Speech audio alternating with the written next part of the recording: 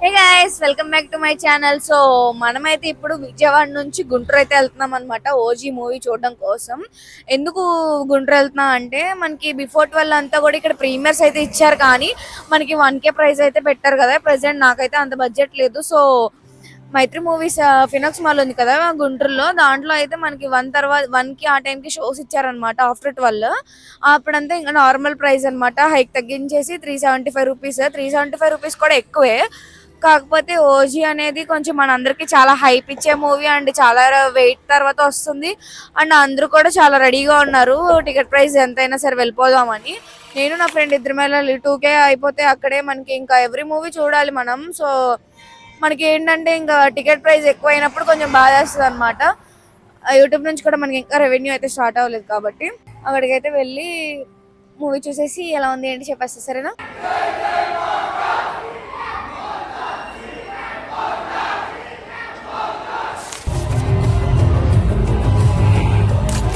First title cards కి ఫిదా అయిపోయాను నేనైతే. ఇంటర్వెల్ వరకు చెప్తాను ఇప్పుడు.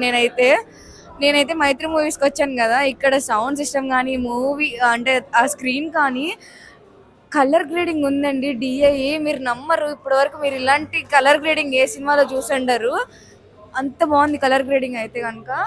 సో ఇంకా మూవీ గురించి చాలానే చెప్పచ్చు, ఇప్పుడే చెప్పేస్తే మొత్తం మూవీ చూసిన తర్వాత చెప్తే ఇంకా ఎగ్జైట్మెంట్ చాలా బాగుంటుంది.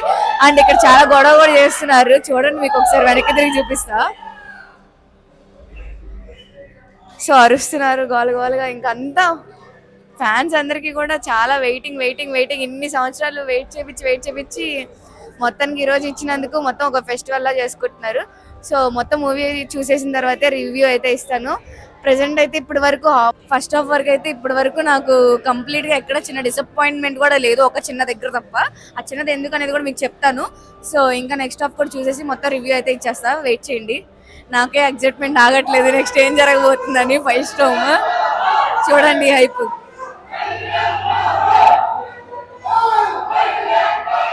సో గైస్ అయితే ఇప్పుడే నేను మూవీ చూసేసి అయితే కిందకైతే వస్తున్నాను. రివ్యూ ఇచ్చే ముందు మీకు ఒక 2 పాయింట్స్ చెప్పాలి. ఇది నా ఒపీనియన్ మాత్రమే, బేస్డ్ ఆన్ మై ఒపీనియన్. ఎవరి ఒపీనియన్స్ వాళ్ళకుంటే. నాకు ఇలా అనిపించింది, నాకైతే 50-50గా అనిపించింది మూవీ. అంతా మనం ఎక్స్పెక్టేషన్స్ పెట్టుకున్న దానికి రీచ్ అవ్వలేదు అనిపించింది. ఎందుకంటే కనుక దేనికి రీజన్స్ కూడా చెప్తాను, వినండి. నేనేదో కావాలని చెప్తున్నాను మీరు అనుకోవచ్చు, కానీ కాదు. నేను ఎందుకు అనేది కూడా మీకు రీజన్స్ చెప్తా ఒకటి.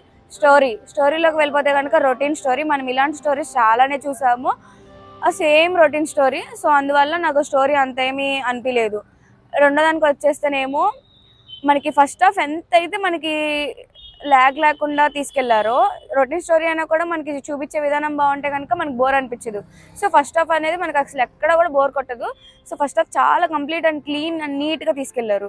మన సెకండ్ హాఫ్ వచ్చేసరికి మనకు అంత అనిపించదు, బోర్ అనిపించేస్తుంది. స్టార్టింగ్ 30 మినిట్స్ అయితే అసలు full lag, and last 40 minutes అయితే ఇంకా పిచ్చి వస్తుంది అనమాట. ఇంకా మధ్యలో ఒక 15 మినిట్స్ 20 మినిట్స్ బాగుంటుంది, ఇంకా సెకండ్ హాఫ్ మొత్తం అంతేం అనిపించలే. మళ్ళీ మనకి సాంగ్స్ దగ్గరికి వచ్చేస్తే మాత్రం సాంగ్స్ బాగున్నాయి. మనకి 3 సాంగ్స్లో 5 స్టార్ సాంగ్ తీస్తారు. గన్స్ సాంగ్ అండ్ సువి సాంగ్ అయితే ఇచ్చారు. థర్డ్ సాంగ్ అయితే లేపేశారనమాట. మళ్ళీ తర్వాత యాడ్ చేస్తారో మరి ఏంటో మరి నాకు తెలీదు. థర్డ్ సాంగ్ అయితే తీస్తారు. అండ్ ఇంకో ఫోర్త్ దానికి వచ్చేస్తే కనుక నచ్చిన పాయింట్స్ కూడా చెప్పాలి కదా. నచ్చిన పాయింట్లోకి వచ్చేస్తే ఫోర్త్ పాయింట్, ఇంటర్వెల్ బ్యాంగ్ అయితే మాత్రం చాలా కొత్తగా అనిపిస్తుంది. అంటే కొత్తగా ఏం కాదు, కానీ చాలా గూస్ బంప్స్ అనిపిస్తుంది అనమాట. చాలా బాగుంది ఇంటర్వెల్ బ్యాంగ్ అయితే మాత్రం. అండ్ కొన్ని సీన్స్ మనకి చాలా ఎలివేటింగ్గా ఉంటాయి. అండ్ ప్రతి సీన్కి కూడా హైప్ ఇచ్చుకుంటే వెళ్ళిపోయారనమాట. హైప్ అంటే ఇప్పుడు ఓజీ అంటేనే ఒరిజినల్ గ్యాంగ్స్టర్స్ కదా, గ్యాంగ్స్టర్స్కి ఇచ్చే హైప్ ప్రతి సీన్కి అలా ఇచ్చుకుంటూ వెళ్ళారు. మొత్తం ఓవరాల్గా సినిమాలో ఏదన్నా బాగా వర్కౌట్ అయ్యిందంటే కనుక తమన్ గారి మ్యూజిక్ అనమాట. ఆ మ్యూజిక్ వల్లే మనకు ఆ హైప్ అనేది వస్తుంది. అక్కడ ఒరిజినల్గా స్టోరీలో ఏం జరుగుతుంది అన్న దానికంటే కూడా మనం ఆ బ్యాంక్కి, ఆ సాంగ్, ఆ సౌండ్స్కి, ఆ బీజిఎంకి మనం చాలా రియాక్ట్ అవుతూ ఉంటాం అనమాట. నాకు ఓవరాల్గా స్టోరీ అయితే చాలా రొటీన్గా అనిపించింది. ఫస్ట్ హాఫ్ అయితే చాలా బాగా నచ్చింది, సెకండ్ హాఫ్ అంతేం అనిపించలేదు. ఓవరాల్ మూవీ చూసుకుంటే కనుక మనకి డిసప్పాయింట్మెంట్గానే ఫీల్ అవుతాము. కల్ట్ ఫ్యాన్స్కి అయితే ఇంకా నచ్చుతుంది, ఎందుకంటే ఇంకా వాళ్ళ హీరోని ఇలాంటి యాంగిల్లో చూసుకున్నప్పుడు ఎవరికైనా నచ్చుతుంది. కానీ మనం యాజ్ ఎ మూవీ లవర్స్గా చూసినప్పుడు మనకి రొటీన్ స్టోరీని మళ్ళీ చూసినప్పుడు అంత వర్త్ అనిపించదు కదా. సో అలానా మరి దీన్ని అయితే మనకి సినిమాటిక్ యూనివర్సిటీ లాగా మనకి సాహోతో కనెక్షన్ అయితే ఇచ్చారు. అండ్ నెక్స్ట్ ఇంకా పార్ట్స్ ఉన్నాయని కూడా చెప్పారు. ఇప్పుడు ఇది చాలా రొటీన్ అయిపోయింది ప్రతి సినిమాకి పార్ట్ 2 తీయడం. సో ఈ మూవీకి పార్ట్ 2 మరి ఏం చూపిద్దాం అనుకుంటున్నారు నాకు తెలియదు, కానీ ఇక్కడ వరకే మనకి కొంచెం సెకండ్ హాఫ్లోనే లాగ్ ఇచ్చేసారు. ఆ ఎమోషన్ అనేది వర్కౌట్ అవ్వలేదన్నమాట. మనం చాలా మూవీస్లో చూసాము, మా హీరో అనేవాళ్ళు ఒకళ్ళని పెంచుకోవడము, అట్లాగా వాళ్ళకి మధ్యలో ప్రాబ్లం రావడం, వెళ్ళిపోవడం, మళ్ళీ ఏదో ప్రాబ్లం రావడం, మళ్ళీ వెనక్కి రావడం అని. నేను ఆల్రెడీ మీకు ట్రైలర్ రివ్యూ చేసినప్పుడే చెప్పాను కదా, పాస్ట్ అండ్ ప్రజెంట్లో చూస్తారు అని చెప్పి. ఓజీ పాస్ట్లో ఏం జరిగింది ఏంటని చిన్నగా రివీల్ చేసుకుంటూ రావడమే సినిమా అన్నమాట. అంతా కూడా మనకి ఆ ఫైట్స్ అవన్నిటికీ అంతా చూపించి మనకి హైప్ ఇవ్వడమే తప్ప స్టోరీ అక్కడ ఇంత కూడా లేదు. మొత్తం ఒక ఆర్డిఎక్స్ గురించి జరుగుతుంది అనమాట. ఆర్డిఎక్స్తో స్టార్ట్ అయ్యిద్ది అంతే. మనకి స్టార్టింగ్ అయితే 1940 దగ్గర నుంచి స్టార్ట్ చేస్తారు, కానీ అది స్టార్టింగ్లో 10 మినిట్స్ చూపించి తర్వాత ఇంకా దాని గురించే మాట్లాడరు. మళ్ళీ లాస్ట్లో ఒక 10 మినిట్స్ చూపిస్తారనమాట దాని గురించి. మిగతా మధ్యలో అంతా కూడా ఓమి గారు అర్జున్ దాస్ గారు ఆ ఆర్డిఎక్స్ గురించి ఏమేం చేస్తారు ఏంటి ఇదే జరుగుతుంది. అండ్ మధ్యలో ఓజీ అప్పుడేం చేశాడు ఇప్పుడేం చేశాడు అనేది చూపిస్తారు. సో దానివల్ల మనకేంటంటే ఫస్ట్ ఒకటి చూపించి లాస్ట్లో ఒకటి చూపించి మధ్యలో ఇంకోటి చూపించడం వల్ల అండ్ రొటీన్ స్టోరీ అవ్వడం వల్ల మనం అంత కనెక్షన్ అయితే ఫీల్ అవ్వలేము. అండ్ ఎమోషన్స్ అయితే ఎక్కడ వర్కౌట్ అవ్వలేదు. అది అంత కనెక్ట్ అయ్యే ఎమోషన్ అయితే కాదనమాట. అది అర్జున్ దాస్ గారికి కనెక్ట్ అవుతుంది, కానీ ఓజీకి అర్జున్ దాస్ గారికి అయితే కనెక్ట్ అవ్వలేదు. అక్కడ మిస్ అయింది. చనిపోయిన వ్యక్తి అర్జున్ దాస్ ఫీల్ అయ్యారంటే అది బాగుండేది, కానీ ఓజీ ఇట్లా ఫీల్ అవ్వడం అనేది అది కనెక్ట్ పోవడం వల్ల అక్కడైతే మనకి చాలా బోర్ అనిపిస్తుంది.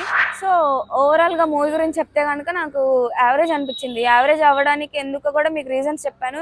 మీకు ఇంకా దాన్ని జస్టిఫికేషన్ అవ్వకపోతే కనుక అది ఇంకా మీరు ఎలా చూస్తారనేది సినిమా, ఇది మీ ఒపీనియన్. నేనైతే సినిమా చూస్తే కనుక ఒక స్టోరీ బాగుండాలి. అసలు స్టోరీ దేనికి స్టార్ట్ అయింది ఏంటి అనేది ఒక క్లియర్ ఎండింగ్ ఉండాలి. ప్రతిదానికి పార్ట్ 2 చేసుకుంటూ వెళ్ళిపోతే ఇంకా ప్రతి సినిమాకి ఓకే మీరు చేశారు, చాలా రోజులు కష్టపడ్డారు. ఈ ఓజీ ఫస్ట్ పార్ట్ ఇవ్వడానికి మనకి ఇన్ని డేస్ పట్టింది, ఇంకా పార్ట్ 2 ఇచ్చేపాటికి ఫస్ట్ సీక్వెల్ మర్చిపోతారు అందరూ. అలా ప్రతి సినిమాకి అలాగే అయిపోతుంది. సో సీక్వెల్ తీసే అంత స్టోరీ ఉంటే కనుక పార్ట్ 2 అంత బోరింగ్ అనిపించదు కదా అనేది నా పాయింట్. మీకు అర్థమవుతుందా నేనేం చెప్తాను అనేది? సో మనం క్యారెక్టర్స్ విషయానికి వస్తే కనుక ప్రకాష్ రాజ్ ఓవరాల్ మూవీ అంతా ఉంటారు. ప్రకాష్ రాజ్ గురించే మనకి ఓజీ ముంబైకి పరిచయం అవడం ప్రకాష్ రాజ్తో మొదలైద్ది అనమాట. అర్జున్ దాస్ గారి క్యారెక్టర్ అయితే మనకి ఇంపార్టెంట్ క్యారెక్టర్ అంటే ఈ పార్ట్ వరకు ఇంపార్టెంట్ క్యారెక్టరే, కానీ అర్జున్ దాస్ గారు ఓజీని చంపడానికి వెళ్తున్నప్పుడు వాళ్ళ మమ్మీ రివీల్ చేస్తారు కదా స్టోరీ. అరే ఏంట్రా ఇదే జరిగింది అన్నంత ఫీలింగ్ వచ్చేసింది. అసలు కనెక్ట్ అవ్వలేము మనం ఆ ఎమోషన్కి. సో అంటే మనం ఆల్రెడీ పవన్ కళ్యాణ్ గారిని అలాంటి సాక్రిఫైస్లు అలాంటివి చూసేసాము. అత్తారింటి దారేదిలో ఇలాంటివి చాలా చూసాము ఆయన ఎంచుకున్నవి. అంత కనెక్షన్ అయితే మనకి రాదు. అండ్ ప్రియాంక మోహన్ గారు అయితే మనకి చాలా తక్కువ టైం అనమాట డ్యూరేషన్. మొత్తం ఓవరాల్ మూవీలో మహా అయితే ఒక 10 మినిట్స్ ఉంటారు అంతే. ఆ 10 మినిట్స్ కూడా ఒక సాంగ్తో లేపేస్తారనమాట. అంతేమి ఇంపార్టెంట్ క్యారెక్టర్ కూడా ఏం కాదనమాట. శ్రేయారెడ్డి అయితే మనకి సలార్లో చేశారు కదా, ఆమెడి క్యారెక్టర్ అయితే మాత్రం నిజంగా ఒరిజినల్ గ్యాంగ్స్టర్ ఆమె అనిపించింది. అలా గన్ను పట్టుకొని దించు గన్ను అని పెడుతున్నప్పుడు ఉంటుంది, బాగుంటుంది. ఆవిడ క్యారెక్టర్ అయితే సూపర్ టాప్ నాచ్ ఉంది. అండ్ ఓమి గారి క్యారెక్టర్ అయితే మనకి పవన్ కళ్యాణ్ గారికి ఇచ్చినంత ఇంపార్టెన్స్ ఓమి గారికి ఇవ్వలేదు అనిపించింది. అంటే కొంచెం తక్కువ చేసేసినట్టు అనిపించింది. ఎక్కడా కూడా జస్టిఫికేషన్ అంటే ఈయనే మెయిన్ విలన్ అన్న ఫీలింగ్ మనకు రాదనమాట. అంత తక్కువ చేసినట్టు మరి అంత తక్కువ కాదులేండి, కానీ 70% వరకే మనం ఆ విలన్ క్యారెక్టర్కి హైప్ ఉండిద్ది. మిగతా అంతా కూడా మొత్తం అంతా ఓజీకి హైప్ ఇచ్చుకుంటూ వెళ్ళిపోతారు సినిమా మొత్తం. ఎంత హీరో అయినా సరే మనకి విలన్కి ఇంపార్టెన్స్ ఇచ్చినప్పుడే మనకి హీరో క్యారెక్టర్ అనేది ఎలివేట్ అయ్యిద్ది అనమాట. ఎప్పుడైతే ఓన్లీ హీరోకి ఎలివేషన్ ఇస్తామో ఆటోమేటిక్గా అది సింగిల్ పాస్లో వెళ్ళిపోతుంది. సో మనకి ఫైట్స్ కానీ మార్షల్ ఆర్ట్స్ కానీ చాలా కొత్తగా అనిపిస్తాయి. చాలా బాగా క్రియేటివ్గా చేశారు ఫైట్స్ అన్ని. ఓవరాల్ మూవీ మొత్తంలో మ్యాక్సిమం ఒక 75% ఫైట్సే ఉంటాయి. ఎందుకంటే ఇంకా గ్యాంగ్స్టర్స్ అన్నప్పుడే ఇంకా మొత్తం అంతా ఫైట్స్ ఉంటాయి. నార్మల్ ఫ్యామిలీ ఆడియన్స్కి ఇంత ఫైట్స్ ఉంటే మాత్రం మనకి తీసుకోలేరు. కుర్రోళ్ళు వీళ్ళకి మన యూత్కి వీళ్ళకి మాత్రం చాలా హైప్ ఇస్తుంది ఇలాంటి ఫైట్స్. ఇవన్నీ కూడా ఎలివేట్ చేస్తూ ఉంటాయి కాబట్టి. సో లాస్ట్ మూవీ మనకి హరిహర వీరమల్లులో పవన్ కళ్యాణ్ గారిని అయితే 3D ఎఫెక్ట్స్కి అయితే మరి చాలా ట్రోల్స్ అయితే తీసుకున్నారు. అక్కడ దేనిలో అయితే పడిపోయారో ఇక్కడ దానికే హైప్ అనమాట. స్టోరీ కన్నా కూడా ఇక్కడ 3D effects, editing, colour grading ఇవన్నీ కూడా మనకి ఐ ఫీస్టింగ్ అంతే. కొన్ని విఎఫ్ఎక్స్ అయితే అరే ఏంట్రా ఇది అంటే నాకు బేసిక్ ఎడిటింగ్ అయితే నా ఫ్రెండ్ ద్వారా తెలుసు. సో అది తెలుసుకున్నప్పుడు ఆ ఎడిటింగ్ ఇవంతా కూడా మనం చూస్తున్నప్పుడు వీళ్ళు ఇంత కష్టపడ్డారు అనేది మనకు అర్థమవుతుంది అనమాట. ఓన్లీ ఎడిటర్స్ కెన్ ఫీల్ అనమాట అది. ఫస్ట్ స్టార్టింగ్ టైటిల్ కార్డ్స్ అప్పుడు 3D క్యారెక్టర్స్ క్రియేట్ చేయడం కానీ ఆ టైటిల్ కార్డ్స్ అవంతా మళ్ళీ సో అదంతా కూడా మనకి విఎఫ్ఎక్స్ ఓన్లీ ఒక 5 సెకండ్స్ విఎఫ్ఎక్స్ చేయడానికి దాదాపు ఒక 5 hours కూడా పట్టిద్ది అనమాట. అలా అంత విఎఫ్ఎక్స్ వాళ్ళు చేసినప్పుడు వాళ్ళకి ఎంత కష్టం ఉండిద్దో చూడండి. అంత కష్టం కూడా వాళ్ళు భరించి చాలా అంటే చాలా నేను ఇంత మంచి విఎఫ్ఎక్స్ ఈ మధ్య కాలంలో అయితే ఎక్కడా చూడలేదు. ఓజీ విఎఫ్ఎక్స్కి అయితే దానికి అవార్డు ఇచ్చినా పర్లా, అంత బాగున్నాయి విఎఫ్ఎక్స్. సో అంత విఎఫ్ఎక్స్ అయితే టాప్ నాచ్ ఉండిద్ది. నాకైతే ఒక పర్టికులర్ సీన్ అయితే నాకు ఇంకా గుర్తుండిపోయింది. ఓజీ కటానా యూజ్ చేసి ఇట్లా పెట్టినప్పుడు ఆ కటానా చేంజ్ అయిపోయి అక్కడ జానీ గన్ అయితే వస్తుంది అనమాట. సో ఆ పర్టికులర్ సీన్ అయితే కనుక నాకు చాలా నచ్చుతుంది. ఆ జానీ గన్ అయితే బాగా యూజ్ చేస్తారు. పవన్ కళ్యాణ్ గారు ఓల్డ్ సాంగ్ కూడా అందులో రీమిక్స్ చేసి తమన్ గారు అయితే మంచి బీజిఎం యూజ్ చేసి మళ్ళీ ఆ సాంగ్ని రీమిక్స్ చేసి అయితే చాలా క్రియేటివ్గా వాడారు. చాలా క్రియేటివ్గా అయితే ఆ సాంగ్ని యూజ్ చేసి ఆ జానీ గన్ అయితే యూజ్ చేశారు, అది చూడండి. అండ్ సుజిత్ గారు అయితే నాకు చాలా డిసప్పాయింట్మెంట్ చేశారు. యాజ్ ఎ ఫ్యాన్ బాయ్గా నేను ఇచ్చేస్తా అని చాలా ఇంటర్వ్యూస్లో చెప్పారు. అండ్ ఓజీ మీరు మీ ఊహలకు అందదన్నారు.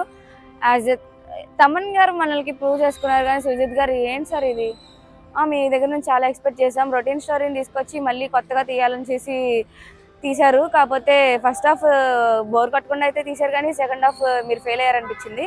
అండ్ ఓవరాల్గా మీరు మళ్ళీ దీన్ని కనెక్షన్ ఇవ్వడం అది ఇంకా మరి అర్థం కాలేదు నాకు. మరి పార్ట్ 2లో ఇంకా ఏం చూపిస్తున్నారు అనేది నాకు ఇంకా అర్థం కాల. యాజ్ ఎ డైరెక్టర్గా మీరు చేసిన వర్క్ కన్నా కూడా ఎడిటర్గా, విఎఫ్ఎక్స్ ఆర్టిస్ట్గా, మ్యూజిక్ డైరెక్టర్ తమన్గా వీళ్ళందరూ చేసిన బ్యాక్గ్రౌండ్ వర్క్కి సినిమా ఎలివేట్ అయింది తప్ప మీ స్టోరీ బాగుండుంటే ఇంకా సినిమా ఎక్కడో ఉండేదని నా ఫీలింగ్. నాకు అనిపించింది అయితే ఇది. మరి సుజిత్ గారు అయితే మరి సాహో అలానే చేశారు. సాహో కూడా మంచి స్టోరీ, అది తీయడం కొంచెం బాగా తీసుంటే అది కూడా బాగా హిట్టే స్టోరీనే, కానీ మరి అలా అయిపోయింది. సో అది నాకైతే అక్కడ డిసప్పాయింట్మెంట్. స్టోరీ రొటీన్ స్టోరీ అయిపోయింది కాబట్టి ఇంకా బీజిఎమ్స్ అవన్నీ బాగుండడం వల్ల మనం ఓవరాల్ సినిమా చూసినప్పుడు మనకి ఆ ఫీలింగ్ అయితే బాగుంటుంది తప్ప స్టోరీ మాత్రం రొటీన్. ఇంకా ఫ్యాన్స్కి అయితే ఖచ్చితంగా ఆబ్వియస్గా నచ్చిద్ది. ఆ లుక్స్ అవన్నీ చూసి పవన్ కళ్యాణ్ గారు కొత్తగా న్యూ స్టైల్స్ ఇవన్నీ చూసి వాళ్ళకి ఆటోమేటిక్గా నచ్చేస్తుంది ఆ హైప్కి. సో నార్మల్ ఆడియన్స్ ఎవరైతే ఫ్యామిలీ ఆడియన్స్ కానీ మనం టీఎఫ్ఐ లవర్గా మూవీ ఓరియంటెడ్గా చూసిన వాళ్ళకి మాత్రం స్టోరీ రొటీన్ అనిపించి బోర్గానే అనిపిస్తుంది. ఇది నా ఒపీనియన్. మరి మీకు ఎలా అనిపించిందో కూడా నాకు కామెంట్ చేయండి. అండ్ ఓవరాల్గా సుజిత్ గారు అయితే నన్ను మళ్ళీ డిసప్పాయింట్ చేశారు. ఇంకోసారి సుజిత్ గారు సినిమాకి వెళ్ళాలంటే 2 సార్లు ఆలోచించుకొని వెళ్తా. అండ్ ఇది నా ఒపీనియన్ ఓవరాల్గా ఓజీ గురించి. అయితే పవన్ కళ్యాణ్ గారు యాక్టింగ్ కానీ ఎక్కడ అయితే కనుక డిసప్పాయింట్మెంట్ అసలు ఇంత కూడా మనకు కనిపించదు. ఓవరాల్గా ఆయన 100 కాదు, ఆయనకి 150% పెట్టేశారు సినిమాకి. చాలా కష్టపడ్డారని మాత్రం మనకు అందరికీ తెలుస్తుంది. ఆయన బిజీ లైఫ్లో కూడా ఇంత వెళ్ళి షూట్ చేస్తూ అన్నీ చేసి ఇంత చేశారంటే ఎందుకంటే ఓవరాల్ సినిమా మొత్తం ఉంటారు పవన్ కళ్యాణ్ గారు. మనకి ప్రీవియస్ సినిమా లాగా కొంచెం ఉండడం కాదు, ఓవరాల్ ఉంటారు. అది ప్రతి సీను ప్రతి వేరియేషన్స్ చాలా ఉన్నాయి. సో అంత కష్టపడిన చాలా అంటే చాలా కష్టపడ్డారు. ఆయన వర్క్ ఆయన ఇదంతా కూడా చాలా బాగుంది. ఆయన ఎక్కడ తక్కువ చేయడానికి లేదు. ఆయన యాక్టింగ్ ఎప్పుడులాగానే చాలా అంటే చాలా బాగుంది. ఇట్స్ డైరెక్టర్స్ ఫాల్ట్ అంతే. Music director ramp, VFX ramp, editing ramp, colour grading ramp, అన్నీ బాగున్నాయి. ఓన్లీ డైరెక్టర్ ఫెయిల్ అయ్యారు అంతే. అంతొక్కటే చెప్పగలుగుతా. సో ఇప్పటి వరకు నా రివ్యూ చూసారంటే మీకు నా ఒపీనియన్ కనెక్ట్ అయినట్టే, ఆర్ ఎల్స్ మీరు చూడాలనుకునే చూసుంటారు. ఇప్పటి వరకు ఇక్కడ చూసారంటే నేను విజయవాడ నుంచి గుంటూరు అయితే వచ్చాను. త్వరగా వీడియో అప్లోడ్ చేసి నా సబ్స్క్రైబర్స్కి మీకు తెలియజేయడం కోసం ఎలా ఉంది సినిమా అని నా ఒపీనియన్ చెప్పడం కోసం. అండ్ ఓవరాల్గా అక్కడ హైక్ అయితే ఉంది కాబట్టి మనకి ఇక్కడ 1 నుంచి తగ్గిందనమాట టికెట్ రేట్. ఇక కామన్ కదా ఇవాళ నుంచి 375. 1 నుంచి 375 కోసం నేను 1కి ఇక్కడ వచ్చి మీకైతే రివ్యూ ఇచ్చి ఇప్పుడు 4 అవుతుంది యాక్చువల్లీ. ఇప్పుడు మళ్ళీ విజయవాడ వెళ్ళాలి. సో నా కష్టం గుర్తించి సబ్స్క్రైబ్ చేసుకోవచ్చు కదా ప్లీజ్. ఇవాళ రివ్యూ. మళ్ళీ నెక్స్ట్ మూవీతో కలుద్దాం. Love you all, by by.